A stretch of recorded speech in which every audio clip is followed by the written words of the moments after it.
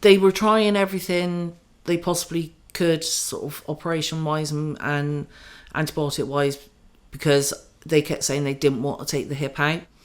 They were trying everything, which obviously in time it didn't work. From spending lots of time talking to patients who've had infections, recurrent infections, who've required multiple surgeries, first stage, second stage, third stage revisions, that process is awful. The majority of revision operations in the United Kingdom are two-stage operations, but over time that is changing and the one stage is becoming more popular. In a two-stage operation, the first operation is to eradicate the infection. So all infected tissue is removed and all implants are removed.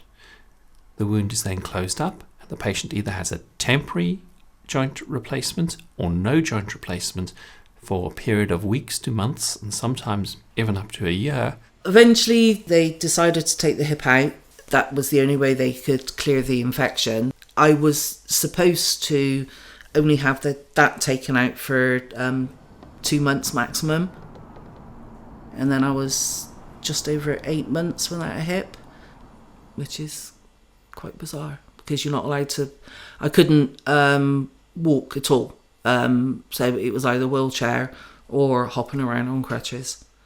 Well, the impact of this on people's lives and their families' lives can be really significant. It's a long time waiting between the two. I mean, it isn't as if you need a revision, your debridement didn't work, you will have it done next week. It's not like that. So it's a long time to wait and you're on tender hooks all the time.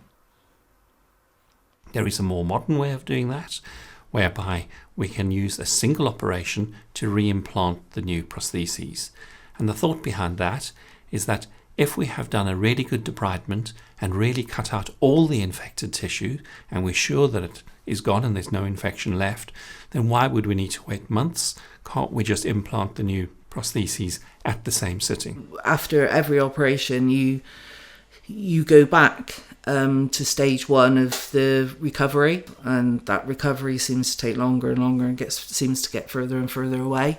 Those who had just the one operation recovered much quicker, and particularly at 3 and 6 months after surgery had better function and less pain. It was my eldest that done most of the care because my husband at the time was working away. So she, bless her, done most of the care for me. Treatment for infected joint replacement can be very challenging for patients, particularly if they're having a 2-stage procedure in that period after the first operation. It is really important that we communicate to patients early and clearly what they are going to expect on this journey.